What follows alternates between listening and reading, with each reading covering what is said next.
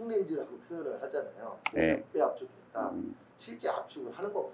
사실은 그 압축 렌즈가 없다는 건 안경광학과 입학하는 순간 알게 돼요. 압축 렌즈라고 표현하는 것을 비하할 필요는 없을 것 같아요. 왜냐하면 소비자한테 그 렌즈의 굴절률이란 광학적인 그런 설명을 하기에는 소비자 자체가 이해하기 힘든 부분도 있고, 우리 안경 렌즈를 통과해서 빛이 얼마나 굴절되느냐, 안경의 원리가 우리가 중심화라는 데가 있어요. 거기에 빛이 제대로 도달하지 못하는 사람은 눈이 나쁘다고 하는 거예요. 빛의 꺾임으로 그것을 중심화에 정확히 맞춰주는 거거든요. 눈이 많이 나쁘신 분들일수록 렌즈는 두꺼워지게 되는 구조를 가지고 있어요. 처음에 플라스틱 렌즈가 개발될 때 굴절률이 1.499, 그러니까 1.50 정도 되죠. CR39라는 모노머가 개발됐고, 광학기술이 발전함에 따라 굴절률이 높은 물질들이 개발되기 시작해요. 그게 뭐냐면 1.56, 한 번 압축이라는 게 굴절률이 1.56이에요. 두 번 압축이라고 표현하는 것이 굴절률이 1.61, 세 번 압축이라고 표현하는 것이 굴절률이 1.67, 그리고 이제 네 번 압축은 굴절률이 1.74. 유리 렌즈는 요즘 거의 쓰진 않지만 굴절이 훨씬 높아요. 그러니까 압축 렌즈는 없고 기본 물질이 틀린 거야. 안경 렌즈를 만드는 게. 여기 오시면 압축을 많이 하면 좋은 줄 알아요, 소비자들은. 근데 절대 좋지가 않아요. 안경 렌즈의 3요소, 압에서 굴절률, 색수차 이런 부분들이 있는데,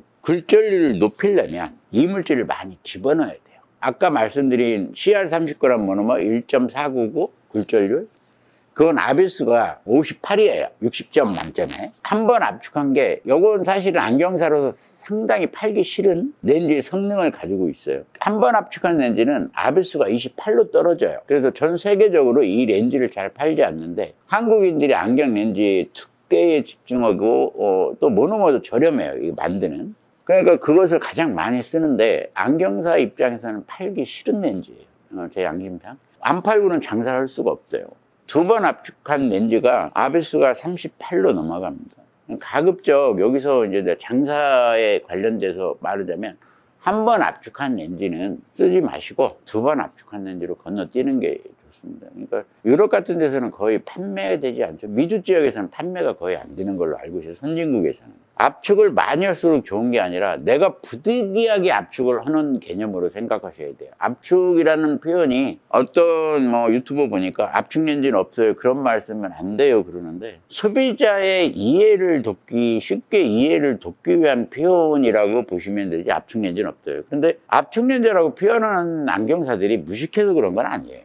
가끔 이제 그런 우월감에 있어서 유튜브에서 압축 렌즈 없다, 그렇게 그건 다 불왔다 그러는데, 사실은 지금 들었지만 소비자한테 굴절률에 대해서 10분 이상 이렇게 설명하면 소비자가 짜증내세요. 압축 렌즈가 없다는 걸 모르는 안경사는 없어요. 다만 소비자가 이해하기 쉽게 말하기 위해서 압축 렌즈라고 그렇게 말을 하지만 원 모노머 재질이에요. 그러니까 모노머 재질이 각도의 꺾임이 1.5냐, 1.6이냐, 1.67이냐, 1.74냐에 관련된 부분이죠. 어떤 분이 5번 압축 그렇게 얘기는 하는데, 물질의 굴절력에 관한 부분이다. 소비자분들께 부탁드리고 싶은 말씀은, 사실은 두께에 집중하다 보니까 인간한테 가장 좋은 렌즈인 CR39라는 렌즈는 쓰지를 않아요. 대한민국에 거의 소비가 없어요. 선진국에서는 가장 많이 써요. 압일수가 58일과 28이라는 건 상당한 퀄리티 차이가 있어요. 그러니까 지금 국내 제조업체를 생산하지만 다 수출하고 한국에서는 거의 쓰여지지 않는 현실은 상당히 안경사 입장에서는 가슴 아픈 얘기죠. 겨울에 안경 쓰시는 분들이 제일 불편해하는 게 김서림이잖아요. 네. 그 김서림을 좀 방지할 수 있는 방법이, 김서림 방지제의 가장 좋은 방법은 식물 같은, 야채 같은 거 씻는 퐁퐁 있잖아요. 그걸로 아침에 나오실 때 한번 닦아주면 안 서려요. 수막 코팅이나 여러 가지 코팅으로 그런 걸 개선한다고 하는데, 그 효과가 오랫동안 지속되지 않아요, 비싼 렌즈. 예전에 엔티포그 렌즈 이런 게 개발되는데 아직까지 업계에서 인정할 만한 성공을 거둔 게 없어요. 그런 상술에 현혹되지 마시고요. 퐁퐁, 그것도 이제 독한 거 말고요, 우리 인체에 해로우니까 가장 좋은 방법은 식물이나 야채 같은 걸 씻는 퐁퐁물에 살짝 한번 묻혀서 한번 이렇게 해서 닦으면 그게 제일 좋은 엔티포그 효과를 발생될 거예요. 이렇게 조그만 병에 담아서 이렇게, 요즘 이렇게 조그만 스프레이 있잖아요, 딱딱 뿌려서 이렇게 한번 닦으시면 전혀 걱정하실 게 없어요. 인터넷에 김서림 방지에 그런 식으로 해갖고 파는 것들도 많더라고요. 저는 그런 것보다 퐁퐁 같은 거 저자극이잖아요. 그런 걸로 하시는 게 훨씬 더 안정적이고 효과도 괜찮을 거라고 봐요. 안경 세척도 중요하잖아요. 예. 안경 세척은 어떻게 하는 건가요? 우리가 안경을 쓰고 안 가는 데가 없잖아요. 그러니까 상당한 먼지나 그런 거에 노출이 되잖아요. 소비자들은 이제 그 붙은 채로 닦아요. 그럼 기스가 나겠죠.